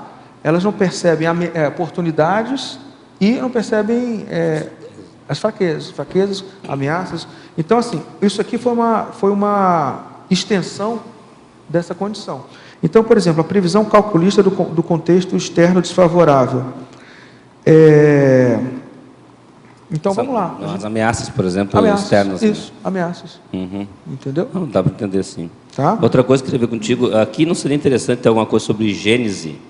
A pessoa entender a gênese daquele trafar, por exemplo, usando uma técnica de opostos e apostos, ou usando uma janela de Johari, alguma coisa desse tipo que possa gerar a gênese daquele trafar, né? Entendi. Eu só tenho um pouco de dificuldade com essa questão da gênese, porque gênese depende de qual gênese tem a ver com o tempo, né? E vai depender muito de onde a gente quer determinar o início do processo. E, claro, eu sou super favorável à autorretrocognição, tá? Sim. Mas, assim, às vezes a pessoa fica pensando mais na gênese vamos dizer assim, ou uma vida, que às vezes não é nem gênese, às vezes ela está há 10 vidas, ela teve uma retrocognição de uma vida e acha que ali foi a gênese, mas já está 9 vidas fazendo aquela mesma condição. Então, só essa condição de ela ficar perseguindo, às vezes, a gênese, e não promover ações de fato pro aqui e agora. É só essa ressalva, por isso que não me atraiu muito colocar gênese aqui, certo. Porque senão a pessoa fica gênese, e fica parecendo aquela condição psicanalítica com uma roupagem multidimensional. Ao invés de ser porque minha mãe não me deu afeto, é porque minha mãe na outra vida não me deu afeto. Aí vira uma condição assim... Um efeito cascata. Aí fica um para-Freud, né? Um para-Freud. Então, assim, é só esse negócio do gênese que eu fico... Entendeu? Porque na própria técnica dos opostos e apostos, a questão de você dissecar o trafar ajuda a entender onde é melhor atuar, né? Você pode... Não, então tá. Então, gênese assim, por exemplo, então eu tenho essa condição que se liga, e você estudar o seu mecanismo consciencial, eu acho excelente, e eu apoio mesmo. Porque eu acho super bom. A pessoa que por exemplo, perfeccionista, aquela questão do detalhismo e a rigidez, né? Então não é bem o perfeccionismo, é a rigidez que ela tem que trabalhar. Isso. E ela consegue entender mais a gênese da problemática em si. Não, isso é positivo, sim. Isso é positivo. Marco Antônio, no verbete holofisiologia, o professor Valdo Vieira colocou como sinonímia cosmo-homeostasia e holo-homeostática. Perfeito. Então tá explicadíssimo. Perfeito. Ótimo. Muito bom. Antônio. Muito bom. Marco Antônio. Muito bom. Aqui, na página 2, na tecnologia, na segunda e terceira linha, queria saber mais sobre as 3 técnicas. Técnica da circularidade, técnica do autoenfrentamento contínuo e a técnica das 50 vezes mais. Tá bom. Deixa eu pegar aqui. A técnica técnica da circularidade. É quando você aborda um problema, né, por vários ângulos, certo? Então, é um processo para você, na verdade, ter a cosmovisão sobre determinado problema. Então, atrelado a essa condição da autoconsciencioterapia, é você realmente conseguir ver essa condição do seu problema evolutivo de várias maneiras. Então, você aborda a técnica da circularidade aplicada à consciencioterapia. Você pode aplicar como a gênese aqui do mecanismo, olha, isso dando isso, dá esse problema. Você pode abordar, por exemplo, do ponto de vista auto-retrocognitivo, olha, estou há 10 vidas fazendo isso, estou há uma vida fazendo isso. Na minha última vida, isso daqui foi muito enfatizado e me deu uma deformada na minha personalidade. Então, é essa a condição. Você vai, de várias maneiras, tendo a visão sobre um determinado problema. A outra... Autoenfrentamento contínuo. O autoenfrentamento contínuo é a técnica que diz respeito, assim que você terminar o processo de autoconsciencioterapia, tá? Então você passou autoenfrentamento, autoinvestigação, autodiagnóstico, autoenfrentamento, autossuperação. Superou, né? Aí você tem algumas opções. Você pode, diante daquela... Porque dá uma euforia quando você vence. Aí você tem algumas opções. Você pode pagar um chopp para todos os seus amigos. Você está tão eufórico que você pode pagar um chopp para todos os seus amigos. Você pode escalar a montanha do Everest. Ou você pode aplicar mais consciencioterapia. O mais inteligente é você reinvestir e fazer um enfrentamento contínuo. Não fazer essas bobagens de desperdício de energia. É comum a pessoa no final do movimento consciencioterápico ficar eufórico e achar que bastou. Aí ela corta para o movimento autoconsciencioterápico. Tá? E a última... Técnica das 50 vezes mais. 50 vezes mais, isso. É a técnica da exaustividade, no sentido de você, por exemplo, você quer procurar uma definição. Então você procura em 50 dicionários.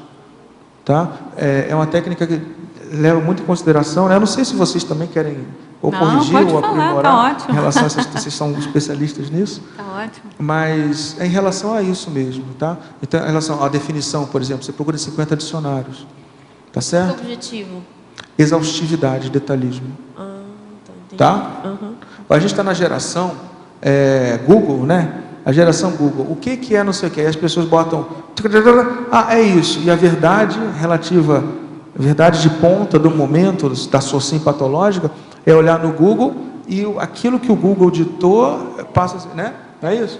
Então, ontem a gente estava na mini tertúlia, o professor Valdo comentou, colocou algumas condições em relação às gestações conscienciais que ele está promovendo e que ele está fazendo, né? O de Pensatas,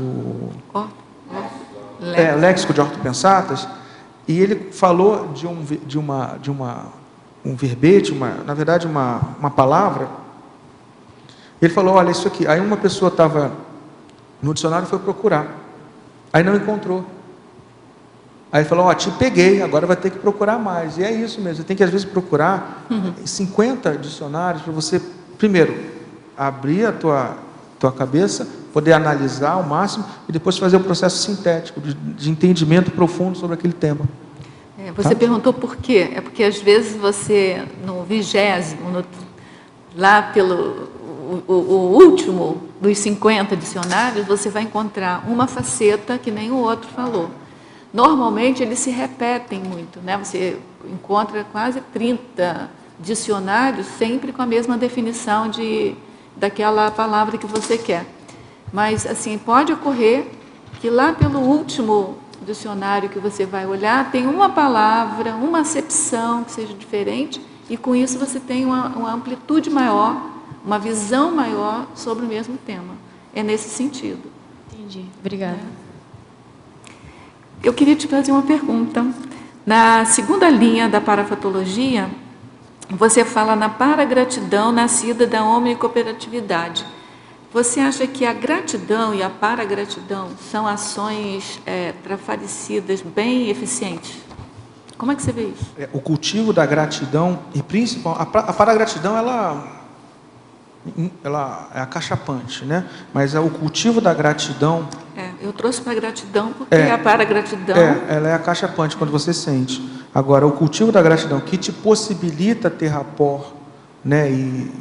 E manifestar ou perceber a questão da paragratidão, ela é, sem dúvida, uma ação trafaricida, sim. Eficiente. Existem várias técnicas já descritas na ciência convencional, tá? E também, principalmente em relação à psicologia positiva, a Flávia está ressaltando aqui, no que diz respeito ao cultivo da gratidão. A Universidade de Stanford trabalha com o cultivo da empatia, da gratidão. Tudo bem, tem uma linhagem mística, a gente pode dar uma série de descontos em relação a isso, mas assim, alguns sentimentos positivos, eles têm uma ação trafaricida crassa, assim, óbvia. O grande problema que eu vejo é que uma resistência inicial, é que os pessimistas de plantão geralmente acham que que gratidão, benevolência, seja o uso da palavra que você queira, eutimia, são coisas meio piegas. Então, isso que eu iria te perguntar, isso. qual é a concepção de gratidão que você tem? Quando você fala de gratidão, é você saber reconhecer, e aí reconhecer por inteiro, tá? Não é reconhecer só cognitivamente, reconhecer por inteiro um benefício ou alguma assistência recebida. Então, isso é gratidão. Porque existem gratidões que você... que não chega a ser gratidão. Existe uma dimensão cognitiva da gratidão que você diz, não, tudo bem, me ajudou. Só que o rei acha isso. Tudo bem, me ajudou, não fez mais nada que sua obrigação. Então, assim, a gratidão, ela é antimonárquica. A gratidão, ela é um processo de reciclagem de posturas monárquicas, fazendo aí o jabá para os meus amigos aí que estão... Então, o que acontece? O monarca, aquela pessoa com egão, ela acha que os outros não têm mais nada, não fazem mais nada do que obrigação, quando se estão prestando algum benefício. Então, assim, a gratidão é algo, sim, que é uma ponte, ela não é por si só pelo que a gente já entende, ela não é uma afetividade profunda, porque tem essas para-afetividades que são super transcendentes, eudemonia cosmoética, eutimia, mas o cultivo da gratidão é sim uma ponte, é uma escada para essas para-afetividades mais profundas. É você saber reconhecer. Eu já fiz esse experimento, por exemplo, e já vi pessoas que não conseguem reconhecer gratidão. Não consegue? Não conseguem. Né? Admitir? Não conseguem ter. Existe uma técnica que, não sei se a gente já passou aqui. Você já falou aqui uma A gente vez, pode repetir. Escolha uma pessoa que você nunca tenha expressado, manifestado claramente, de modo assertivo e claro, a sua gratidão. Uma pessoa que, obviamente, tenha te ajudado na sua vida, seja um alvo claro da sua gratidão, mas que você nunca tenha verbalizado. Tá? Mais uma vez, não é, igual a ressalva da outra vez, não é, por exemplo, uma pessoa que você tem alguma mágoa que você queira resolver. As pessoas confundem muito isso. Essa é a questão de saber diferenciar. É gratidão, ou seja, a pessoa te deu, prestou algum benefício e você não verbalizou, não chancelou, não, né? Então você vai fazer esse movimento,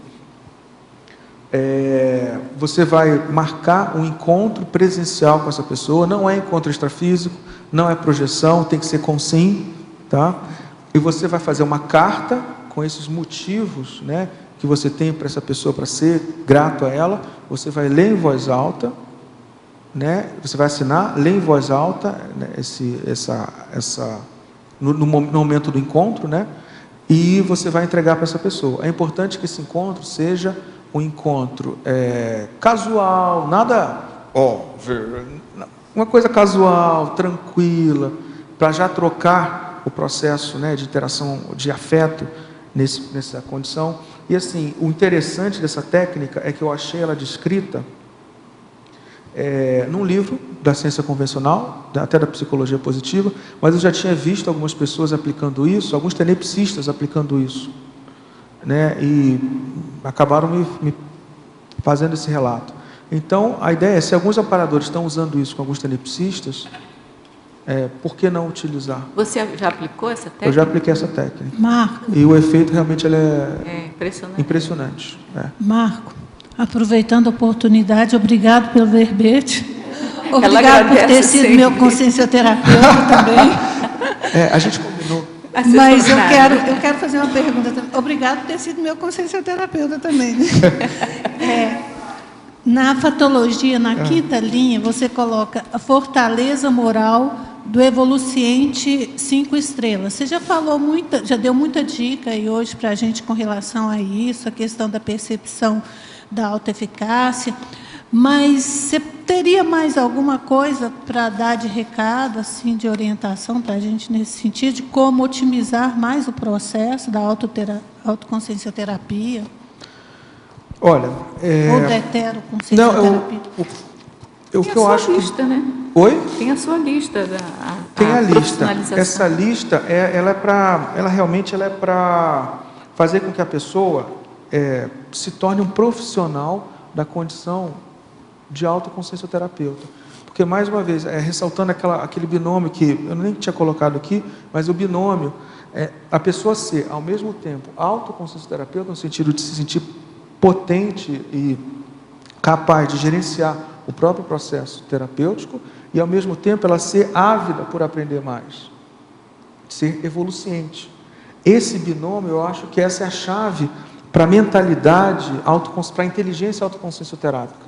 Inteligência autoconsciencioterápica é uma condição que a gente está trabalhando aí para trazer também aqui. A pessoa, porque não adianta nada a pessoa dizer, não, eu sei fazer. E eu sei fazer e não está ávida por aprender mais. Ou então, não, eu preciso aprender mais, mas ela não se sente segura. Então, ela está ávida por aprender mais, como evoluciente, e, ao mesmo tempo, se sentindo plenamente capaz de gerenciar esse processo. Isso eu acho que é uma chave muito séria. E essa lista da profissionalização, realmente, eu acho que assim, ela dá uma noção de como estabelecer, quais são os seus trafores, quais são os teus limitadores, aquilo que vai te potencializar. Isso é muito... É importante ter gostinho pela autoconsciencioterapia. Desenvolver o gostinho. A antecipação que você coloca aqui também é muito importante. A antecipação, a previsão calculista do contexto externo desfavorável. Então, por exemplo, eu vou fazer isso aqui, mas vai vir o contrafluxo. Uma das coisas que acontecem muito é a pessoa desistir nas primeiras... a pessoa desiste fácil nas primeiras dificuldades.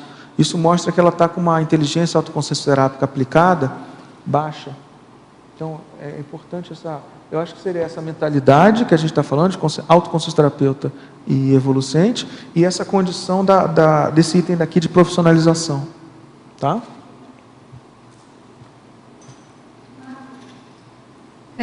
Pelas suas pesquisas, pelo teu trabalho, né, de consciencioterapeuta, e de tudo que você conhece dos teus compassageiros evolutivos, que traço que você indicaria, ou que você pensa ser o principal traço que inibe com que a gente faça uma ação trafalicida eficaz, que a gente enfrente realmente um trafazão aí que às vezes tranca, né, todo o processo evolutivo, ou que traços, ou que traço principal você observa que mais pega na gente aí nesse processo? Dramatização. Dramatização, Marco. Eu acho que é dramatização. Quer dizer, a gente aumentar, ampliar, fazer uma tempestade em copo d'água. Fala um pouco mais dessa dramatização. É a mesma coisa que vitimização, a dramatização?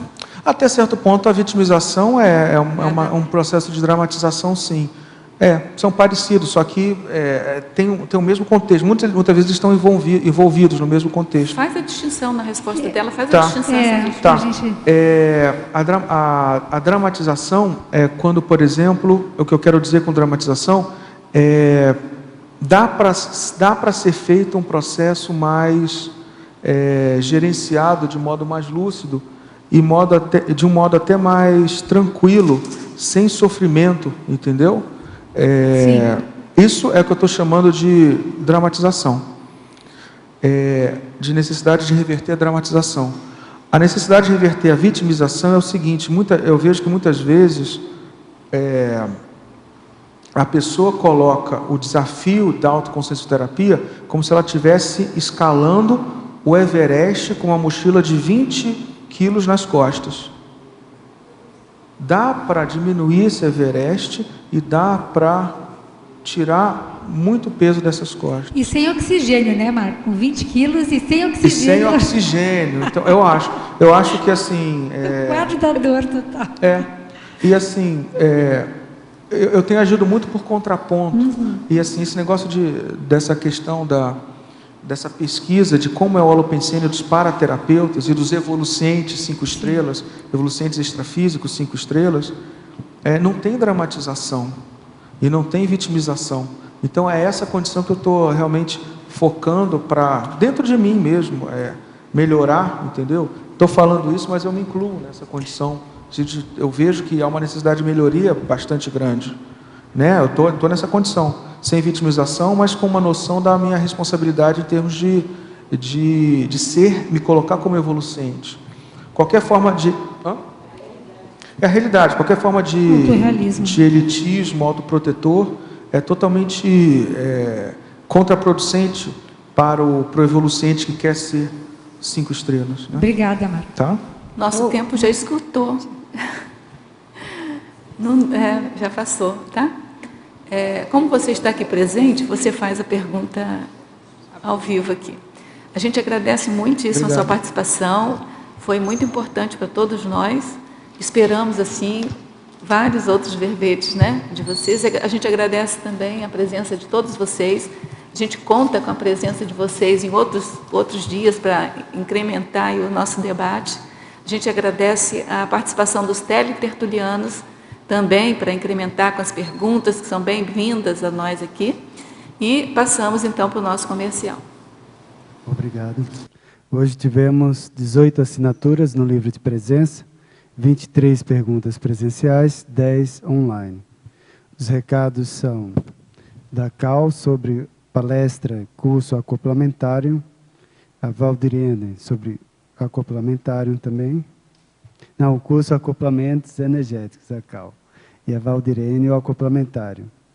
A Patrícia sobre a CP2 e a Neida, eventos da Ectolab. Boa tarde a todos. Venho em nome do IPC Salvador, em parceria com Editares, para convidá-los para a nossa palestra gratuita, que será no próximo fim de semana em Salvador, na sala do IPC, no dia 13 de setembro, sexta-feira, a partir das 19 horas. E no sábado e no domingo, na sequência, teremos o curso livro também do acoplamento energético com a Liliana Zolê e o professor Guilherme Kunz. Será a partir das 9 horas. O valor do investimento, R$ 380 ou 4 parcelas de R$ 95. O endereço da sala do IPC Salvador. Edifício Convention Center, Rua Senador Teotônio Vilela, número 190. Bairro Parque Bela Vista. Contato 71 34 50 06 28 ou pelo e-mail salvador@ipc.org. Muito obrigada. Boa tarde a todos. O convite para o curso acoplamentário, que vai ocorrer no campus CAEC, nos dias 20 a 22 de setembro. O acoplamentário possibilita o desenvolvimento parapsíquico, fazendo uso das técnicas do acoplamento energético e da clarividência facial. A temática deste acoplamentário será autoconscienciometria. Os EPICONs João Bonassi, Marina Tomás e Amin Lascani. Os interessados em participarem deste curso do acoplamentário pode fazer a inscrição através do telefone 45 3525 2652 ou na recepção do CAEC. Obrigada. Boa tarde a todos. Nós gostaríamos de convidar você que está investindo na desperticidade a aproveitar a oportunidade de fazer os cursos do SCP-2. É o curso de Extensão em Conscienciologia e Projeciologia 2. São inúmeras as facilitações do SCP-2. A questão do fortalecimento energético, da ampliação das parapercepções, da criação de neossinapses, da conexão energossoma-mental-soma. Os SCP-2 de setembro vão acontecer agora, do dia 13 a 15, em Saquarema. O telefone de Saquarema é 21 31 53 75 74. Em Porto Alegre, em Saquarema, a EPICON será a professora Adriana Lopes. Em Porto Alegre, nós teremos de 20 a 22 de setembro, o EPICON professor Alexander Stein, e o telefone é 51 32 24 0707. E em Uberaba, que vai acontecer, na verdade, em Ribeirão Preto, que vai ser de 27 a 29 de setembro. EPICOM professora Cristina Aracaki. As informações são através do telefone 34 33 21 86 89. Obrigado pela atenção e aguardamos vocês. Boa tarde a todos. A Ectolab, Associação Internacional de Pesquisa Laboratorial em Ectoplasmia e Paracirurgia, convida os tertulianos e teletertulianos a participar dos eventos que irão acontecer em Porto Alegre no período de 8 a 13 de outubro próximo. Vamos comentar hoje a respeito do curso TENEPS Avançada e Paraambulatório, que vai acontecer nos dias 9 e 10 de outubro. Este evento é parceria com o IPC Porto Alegre e o professor coordenador do evento é o IPCOM Hernandes Leite.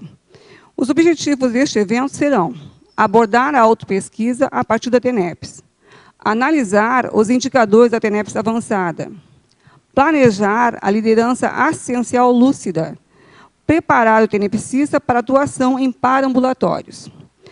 Também os temas que vão ser abordados serão os seguintes: energia, TENEPS, estágio avançado da TENEPS, autopesquisa e reciclagens, qualificação do Código Pessoal de Cosmoética, paraambulatório e dispersidade.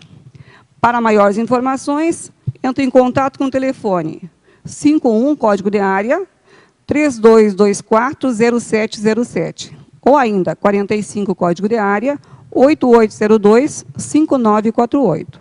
Participem, estão todos convidados. Para amanhã teremos o verbete Conselho de Intervoluntariado, a especialidade Voluntariologia, de autoria da professora verbetógrafa Cecília Oderich. Obrigado pela sua presença e até amanhã.